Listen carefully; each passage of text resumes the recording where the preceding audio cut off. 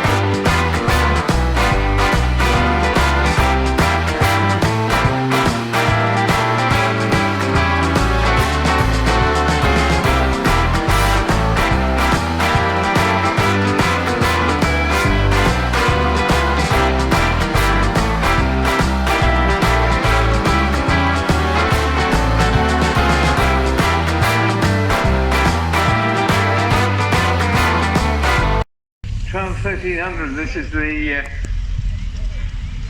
interesting machine, this. Bit of comfort. Just keep coming in.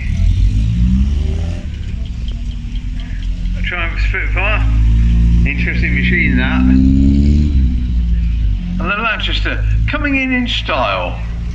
One feels I ought to feel there's Bishop in there at least. The Stag. In fact, not one but two Stags together, and then behind we got the Rolls Royce. So we're looking up in style today. Rolls travelling in comfort. Little Toyota. Behind there, a couple of BMCs. The BMC Mini, complete with the Union Jack on the roof. And behind that, the Morris Minor. We've always got to have a Morris Minor or two in the parade. And the MG, this is the sports car of its sort. But basically, I don't know, it's a bit interesting. This is the old Ford Model T. Left-hand drive, gentleman. Started out from the farm about 100 years ago and still going strong. BMW. Travelling in style with the hood up. The Rover, this is the classic car of the early post-war period. Is this actually post-war or pre-war? Pre-war one, yes. They kept the design a long time. And the Morris 8, travelling in style, that. The Riley, this is the 1.5 or the 2.5? 2.5. 1.5, travelling in comfort then. And behind there we've got the Austin 10. This is the Litchfield Saloon, complete with the luggage carrier on the back. Oh, it is an interesting one, another BMW, but rather smaller, three-wheeled one. And here is the RS2000, which goes just a little bit faster than you suspect. Very much the Q car, that. And behind the Mercedes. Now, this brings you in style.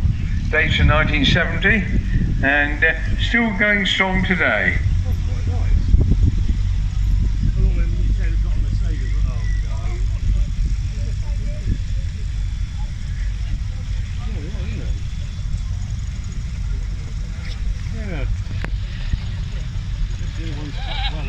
Yeah, rather an interesting machine, this.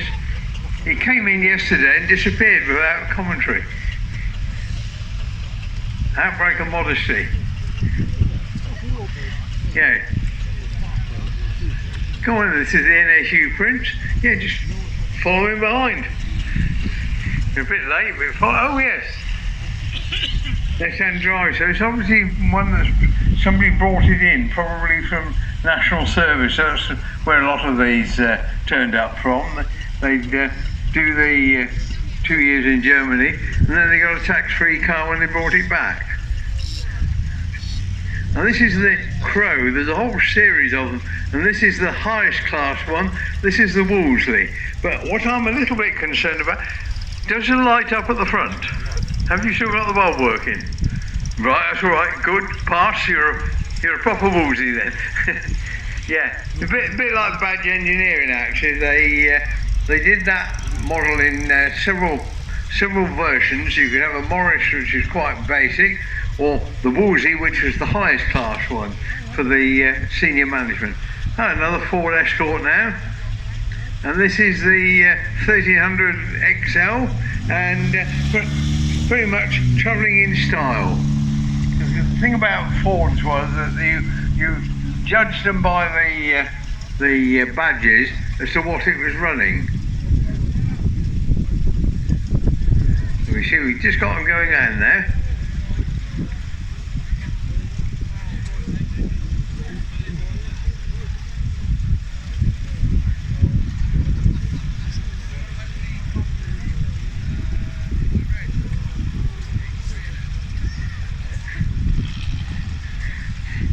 Now this is rather an unlikely thing.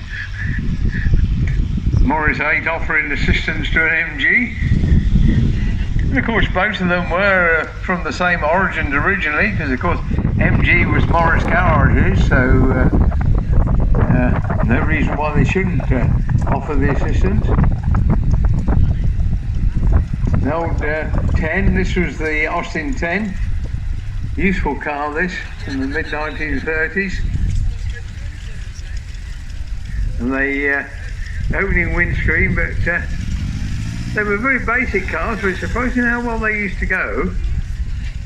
And the little Isetta, the bubble car. Mr. Plod carefully tracking his route round. And we're just beginning to get a few cars lining up in the centre now. So we better get the launchers to go around again. That's a car of distinction, that. Interesting example, that was the pre-war one, and that was a Mercedes. Very much aimed at the same sort of thing, the superior management, the upper echelons of a company.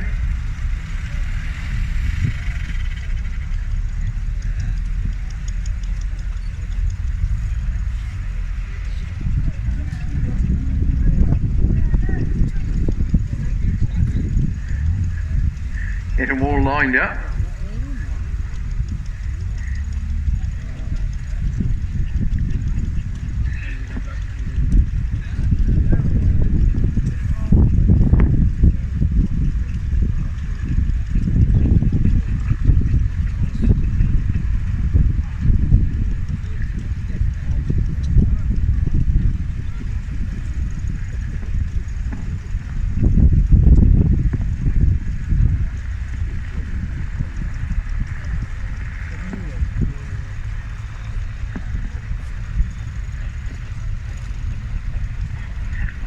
Right, I think we'll start from this end. What what we'll do, we'll introduce about 2 or 3 cars at a time and then send them off for a circuit round so you actually know what we're talking about then. And we start off with this very nice little MG, and is this one of the British ones or is this an export? Oh, it's a British one, 1972. Right, and what an interesting car too. So, I can't understand why he's got the hood up. Anybody think he was going to rain? But a complete contrast between that MG to a pre-war car, and this is what? 91 Model T, 101-year-old last year, about a month ago. Right, yes, for 100 years out of a car, that's not a bad life, is it? Very, very green. We go in another 100 years' time. Yeah, well, precisely. This is what we keep telling these modern people. It's not the Greta Thunberg. These are the boys that are really green that really survive. No. In fact, hang on, wait a minute. The steering wheel was plastic. It was. Oh, is it? Yeah, because Henry Ford actually set up a steering wheel company. But on the other hand, even the wheels are the wooden ones, so that's good. They're not the original ones, are they? Are they? Well, they've lasted well. Well, a third one that's also a classic is this Morris Minor. Hey, and that's interesting. On the front, the headlights, she's got the kidney cutters. They were very good for maiming pedestrians, weren't they? Rather good, rather special that, but on the other hand, Morris Minors didn't go round maiming pedestrians, they stopped in time. It was the burble of the exhaust that made them so recognisable. Right, so we're going to ask the 3 of you to take a circuit again. So you can see what we're looking at then.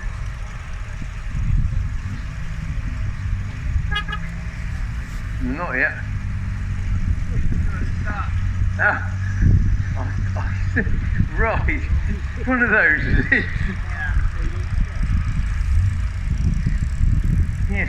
Yes, well, yes, I can understand why you say that.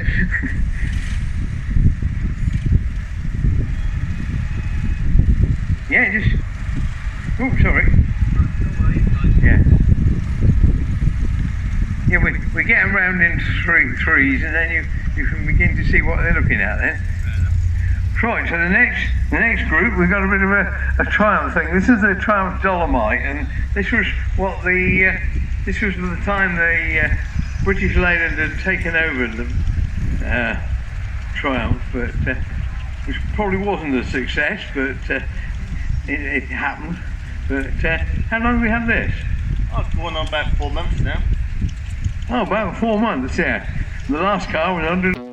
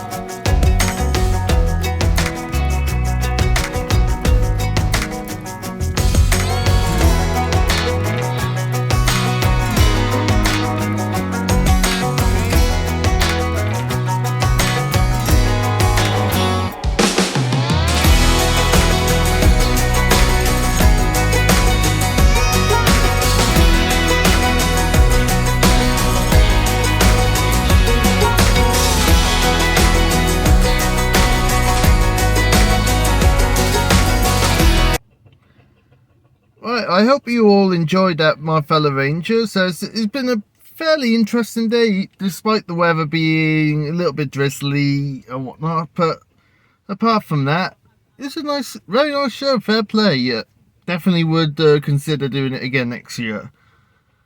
Right, if you have enjoyed today's video, please put a like on there, and if this is your first video that you've watched, please click on the subscribe button, as you don't want to miss out on all the fun. There's plenty of car show videos coming up soon. Another little video about a certain car that I'm sat in, as it's been eagerly requested by a certain Elliot from Carbor. So thank you very much for watching, and again, thank you very much. Please leave a comment, as I always make a point of reading them and replying back to every comment. So thank you very much for watching, and take care now, and bye.